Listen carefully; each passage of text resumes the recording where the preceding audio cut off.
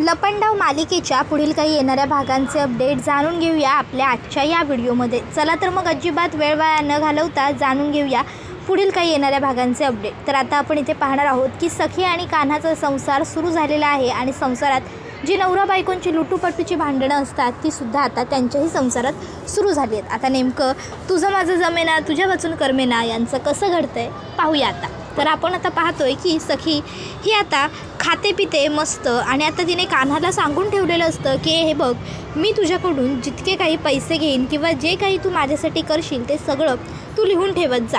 आता सखीने लिहून ठेव म्हटल्यावर कान्हा म्हणतो बरं ठीक आहे, बरं आता खाऊन झालं आहे ना तुमचं? त्यावर सखी म्हणते दिसतंय ना खाऊन झालेलं। त्यावर कान्हा म्हणतो बेबी सरकार तुम्हीसुद्धा अगदी सरकारांच्या मुलगी शोभता बरं। त्यावर सखी म्हणते काय झालं? त्यावर कान्हा म्हणतो एकही उत्तर धड देता येत नाही, म्हणजे तुम्हा दोघी मायलेकीने काही PhDच केली आहे का की धड उत्तर समोरच्याला देणारच नाही असं? सखी म्हणते कामाचं बोलशील? त्यावर कान्हा म्हणतो हे बघा हे सुद्धा अगदी त्याच म्हणतात असं कामाचं बोलशील? त्याबरोबर सखी म्हणते बोलशील आता? त्यावर कान्हा म्हणतो अहो सखी मॅडम असं काय करताय, पोटोबा झाला पण विठोबा अजून बाकी आहे ना। त्यावर सखी म्हणते पोटोबा विठोबा काय बोलतोयस काय तू, मला काही कळत नाही आहे। कान्हा म्हणतो अहो म्हणजे मी असं म्हणतोय की आता तुम्हाला भूक लागली होती, तुम्हाला खायला हवं होतं तर खायला तुम्हाला आणून दिलं, पण आता काय आहे ना तुमच्या हाताला जे प्लास्टर लावलं आहे की नाही ते प्लास्टर बदलण्याची वेळ झालेली आहे, त्यामुळे आज आपल्याला हॉस्पिटलला जायचं आहे ते प्लास्टर बदलण्यासाठी। तर मग जर तुम्ही माझ्याबरोबर आलात तर बरं होईल, काय जायचं आहे ना प्लास्टर बदलायला? आता कान्हाने हे असं म्हटल्यावर सखी म्हणते प्लास्टर बदलायला म्हणजे आता रिक्षाने जावं लागणार बरोबर ना? त्यावर कान्हा म्हणतो हो अर्थात रिक्षाने जावं लागेल, नाही कारण काय आहे ना मान्य आहे तुम्ही सरकारांची मुलगी आहात, तुमच्या सेवेत नेहमी गाड्या हजर असतात वगैरे, पण काय आहे ना तुमचा हा नवरा फक्त तुमच्या त्या एका गाडीवरती ड्रायव्हर होता, त्यामुळे मला गाडी चालवता जरी येत असली की नाही तरीसुद्धा माझ्याकडे स्वतःची अशी कोणतीही गाडी नाही आहे, त्यामुळे सध्या आपल्याला रिक्षाचा आसरा घ्यावाच लागेल, कारण उन्हातान्हातनं तुम्हाला चालत तर मी घेऊन जाऊ शकत नाही ना। नाही म्हणजे मी चालू शकतो पण तुम्हाला एवढ्या लांब चालत न्यायचं मला वाटत नाही, तुमचा स्टॅमिना तेवढा स्ट्रॉंग आहे की तुम्ही चालू शकाल। त्यावर सखी म्हणते शट अप, एवढ्या लांब घेऊन जायचं एकतर तुला मला आता रिक्षासुद्धा वेळेवर मिळणार नाही, लांबपर्यंत चालत जावं लागेल रिक्षा मिळवायला, ह्या चाळीत रिक्षा एकतर येत नाहीत मला माहिती आहे सगळं। त्यावर कान्हा म्हणतो हो एक मिनटं हे बोलायचं नाही, या कान्हाच्या एका शिट्टीवर रिक्षांची रांग उभी राहते। त्यावर सखी म्हणते हो का रिक्षांची रांग उभी राहते का तुझ्या एका शिट्टीवर? ठीक आहे वाजव शिट्टी मला तरी बघू तुझ्या शिट्टीवरती किती मोठी रिक्षांची रांग उभी राहते ते, वाजव ना वाजव शिट्टी वाजव, अजून गप्प कायस? त्याबरोबर मग कान्हा म्हणतो हो मग वाजवतो ना, घाबरतो की काय? त्यावर सखी म्हणते हो वाजवच आणि मला पण बघूच दे किती मोठी रांग उभी राहते ती तुझ्या शिट्टीवर, वाजव वाजव शिट्टी वाजव। तसा कान्हा शिट्टी वाजवतो। सखी म्हणते एकतरी रिक्षा आली आहे का? कान्हा म्हणतो अहो सखी मॅडम काय तुम्ही पण बेबी सरकार, अहो जरा घराच्या बाहेर जाऊन तर बघा घराच्या दारात रिक्षा उभी आहे का नाही, हे घराच्या बाहेर गेल्याशिवाय कसं कळणार? तुम्हाला काय घराच्या बाहेरसुद्धा डोळे आहेत?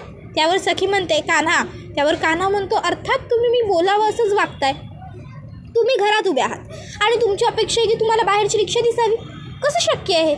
चला बाहेर चला बघू तर या माझ्या शिट्टीची चमत्कार काय झाला आहे का?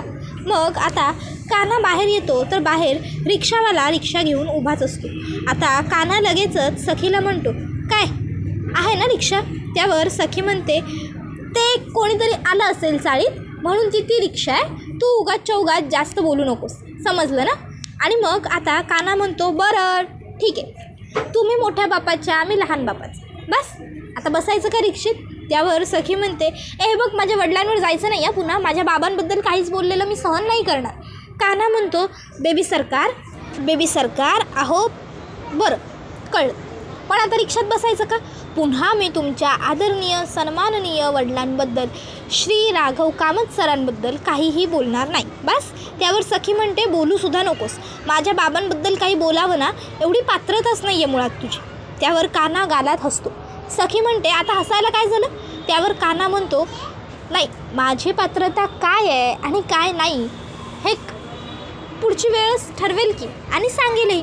त्यावर आता रिक्षा ड्रायव्हर म्हणत असतो, अरे तुमचं काय चाललं आहे, किती भांडताय तुम्ही, नवरा बायको आहात ना, नवीन लग्न झालेलं जोडपं दिसतंय. त्याबरोबर कान्हा म्हणतो, हो काका पण काय करणार, आता माझ्या बायकोला माझ्याबरोबर भांडल्याशिवाय चैनच पडत नाही, तर मग भांडावं तर लागणारच ना. त्यावर मग ते काका म्हणतात, असू दे भांडत राहा. काय आहे ना, अशा मुली खूप कमी मिळतात. अरे जी मुलगी भांडते बोलते तीच मुलगी मनापासून आपल्यावर खरं प्रेम करते. काय गं. त्यावर कान्हा सखीकडे बघतो आणि म्हणतो, खरंच. त्यावर सखी म्हणते, शटअप. त्यावर आता लगेचच रिक्षावाले काका म्हणतात, आणि तुझं काय रे, तू तिच्याबरोबर कचा भांडतोयस, त्याचं काय. त्यावर कान्हा म्हणतो, अहो काका ते आपलं, आता तुम्हीच म्हणालात ना, नवरा बायकोंमधलं प्रेम भांडल्यावरच वाढतं, म्हणून मग भांडतो आम्ही आपले काय. त्याबरोबर सखी म्हणत असते, आय थिंक आपण नको त्या विषयावर चर्चा करतोय, तर काका तुम्ही पटपट जर गेलात तर खूप बरं होईल. आता खरं तर कानाला सतत ते नवरा असं म्हणत असतात सखीचा, त्यामुळे सखीला ही गोष्ट आवडत नसते. मग ते रिक्षावाले काका म्हणतात, बरं बाई बरं, आता तुला तुझ्या नवऱ्यावरनं काही बोलत नाही हां, मी चालवतो बाबा रिक्षा. त्यावर सखी म्हणते, नाही हो काका, तसं खरंच काही नाही आहे. त्यावर कान्हा लगेचच म्हणतो, जाऊ द्या हो काका, तुम्ही एवढं मनावर घेऊ नका त्यांचं, तुम्ही चला ना. त्याबरोबर मग आता रिक्षावाला गाडी चालवत असतो.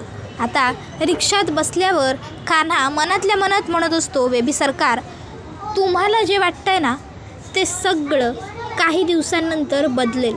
या वर्षभराच्या तुम्हाला कळेल की मी केलेली प्रत्येक गोष्ट योग्य होती, मी केलेली प्रत्येक गोष्ट बरोबर होती. ज्यावेळी कदाचित तुम्हाला मी काय केलं आणि सगळं हे का केलं हे कळेल ना, कदाचित त्यावेळी तुम्ही मला वागवलेल्या प्रत्येक गोष्टीसाठी तुम्हाला पश्चातापसुद्धा होईल. असो, तो दिवस येईल तेव्हा त्या दिवसाची येण्याची मी वाट बघतो. त्यावर सखी म्हणते, काय रे एवढा गप्प कसा बसलास, सरकारांनी मला त्रास द्यायला सांगितलं असेल ना, मग विचार करत असशील मला त्रास देण्यासाठी अजून नवीन मार्ग काय शोधून काढायचा, बरोबर ना. त्यावर कान्हा म्हणतो, नाही चुकलं, मी या गोष्टीचा विचार करतो आहे की आता आपण जेव्हा हॉस्पिटलमध्ये पोहोचू तेव्हा हॉस्पिटलमध्ये डॉक्टरांना तुमचं प्लास्टर काढायला सांगायचं आहे, मग ते सगळं ट्रीटमेंट व्हायला किती वेळ लागेल, घरी यायला किती वेळ लागेल, मला नवीन नोकरी शोधायची आहे, तुम्हीच म्हणालात ना मगाशी संसार सुरू केला आहे, घरात सामान भरायला पाहिजे, त्या सगळ्या गोष्टींचा मी विचार करतो. त्याबरोबर आता सखी ही कानाकडे बघत राहते. त्यावर कान्हा म्हणतो, काय झालं, आता तुम्ही कसला विचार करताय. त्यावर सखी म्हणते, मी कशाला कसला विचार करू, मला काय गरज आहे तुझा विचार करण्याची, मी नाही कसला विचार वगैरे करत आहे, समजलं ना. कान्हा म्हणतो, अहो तुमचा प्रॉब्लेम काय हो, प्रत्येक वेळी तुम्ही भांडत कशा काय असता. सखी म्हणते, मी भांडावं असं तू वागत कशाला असतोस, तू भांडण्यासारखं वागतोस ना, म्हणून मला तुझ्याबरोबर भांडावं लागतं, कळलं ना. भांडता सखी आणि कान्हा पोहोचलेले असतात हॉस्पिटलमध्ये. मग हॉस्पिटलमध्ये पोहोचल्यावर आता डॉक्टर यांच्याजवळ सखीची अपॉइंटमेंट असते. कान्हा सखीला घेऊन थेट तिथे पोहोचतो. आता सखीला डॉक्टर विचारतात की आता हात कसा वाटतो आहे, म्हणजे काही त्रास वगैरे नाही आहे ना, बाकीची बॉडी व्यवस्थित वाटते आहे ना. सखी म्हणते, हो थोडा थकवा वाटतो आहे. डॉक्टर म्हणतात, ते नॉर्मल आहे, ते होईलच. त्यावर आता डॉक्टर विचारतात, तुमच्याबरोबर कोण आलं आहे. त्यावर कान्हा म्हणतो, सांगा कोण आलं आहे बरोबर, सांगा, माझ्याकडे काय बघताय, बोला की. त्यावर सखी ही निरुत्तर झालेली असते, ती गप्प बसते. तर डॉक्टर पुन्हा सखीला म्हणतात, कोण आहेत हे आणि हे तुमचे. त्याबरोबर कान्हा म्हणतो, बरं माझ्यासमोर बोलायला तुम्हाला अक्कड होतं आहे का. नाही तसं काही असेल तर स्पष्टपणे सांगा, मी एक काम करतो, मी जाऊन हॉस्पिटलच्या बाहेर थांबतो, मग तुम्हाला काय वाटतं आहे ते तुम्ही सांगा. त्यावर सखी म्हणते, गप्प उभा राहा इथे, काही गरज नाही आहे एवढे ड्रामे करायची.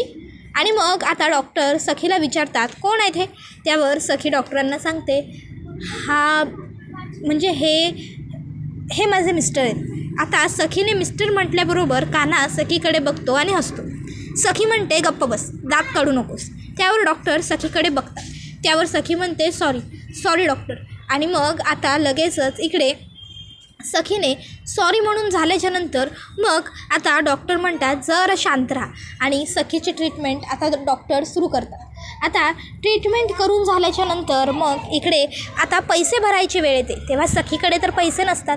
मग कान्हाच तिथे हॉस्पिटलमध्ये बिल भरतो आणि त्यानंतर तो विचारतो, डॉक्टर काही औषधं वगैरे घ्यायची आहेत का?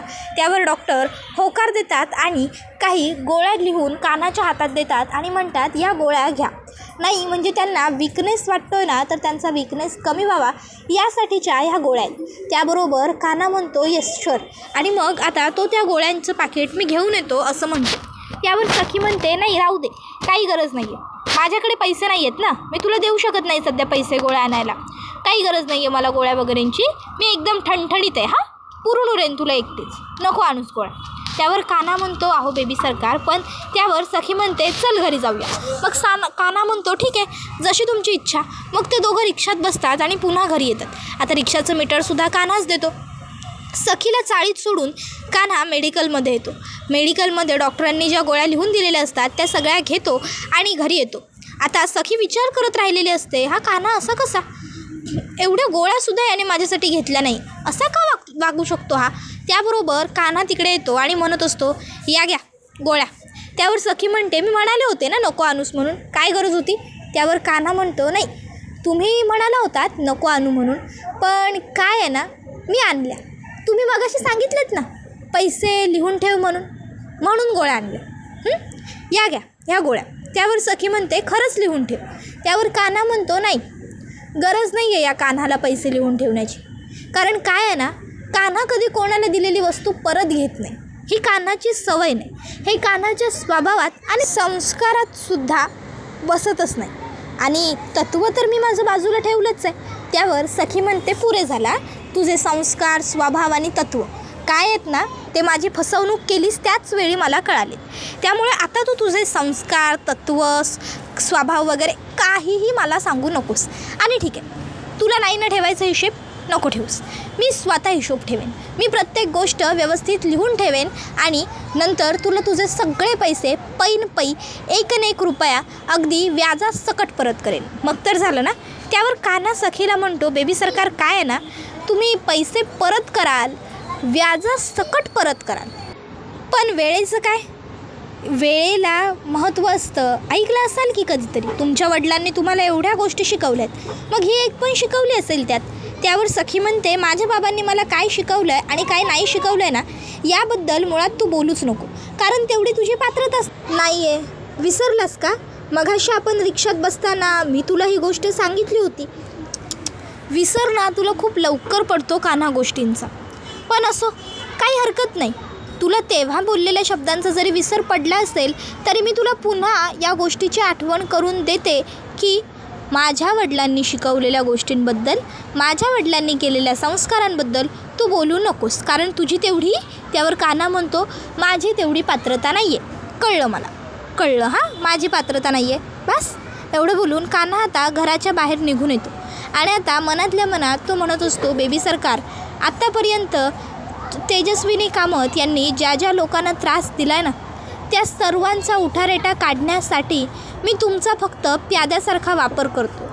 नाही मला मान्य आहे मी चुकतो आहे, पण असं म्हटलं आहे जर एखाद्याच्या फायद्यासाठी, एखाद्याच्या भल्यासाठी, एखाद्याच्या चांगल्यासाठी एखादं चुकीचं काम केलं किंवा एखादी खोटी गोष्ट बोललो तर त्याने फारसा काही फरक पडत नाही, आणि मलासुद्धा ते पटलं आहे. तुमच्या आईने आजपर्यंत ज्या ज्या लोकांच्या चेहऱ्यावरती दुःख आणलं आहे, ज्यांची घरं उद्ध्वस्त केली आहेत, ज्यांचे संसार मोडलेत ना त्यांना तर मी अद्दल घडवणारच, आणि तुमच्यासुद्धा प्रत्येक अश्रूचा त्यांना मोबदला द्यावा लागणार. तुमच्यावर त्यांनी आईसारखं प्रेम केलेलं नाही आहे, पण तुम्हाला तुमच्या आयुष्यात हवं असलेलं सुख शांती समाधान मी शोधून नक्की देणार.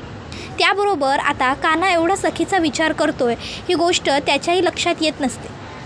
त्याबरोबर हा व्हिडिओ इथेच संपतो. व्हिडिओ आवडला असेल तर व्हिडिओला लाईक करा, चॅनलवर नवीन असाल तर चॅनलला सबस्क्राईब करा आणि बेल आयकॉन आठवणीने प्रेस करा, जेणेकरून तुम्हाला पुढच्या प्रत्येक व्हिडिओचं नोटिफिकेशन मिळत जाईल आणि सर्व व्हिडिओंचा आनंद हा अगदी उत्तम पद्धतीने घेता येईल. लपंडाव मालिकेचे अपडेट असेच पाहत राहण्यासाठी आपल्या चॅनलला सबस्क्राईब करून ठेवा. त्याचबरोबर लपंडाव मालिका तुम्हाला कशी वाटते हे आम्हाला कमेंटमध्ये सांगायला विसरू नका. चला तर मग आजच्या पुरतं इथेच थांबूया. टाटा बाय बाय, धन्यवाद, take care all of you.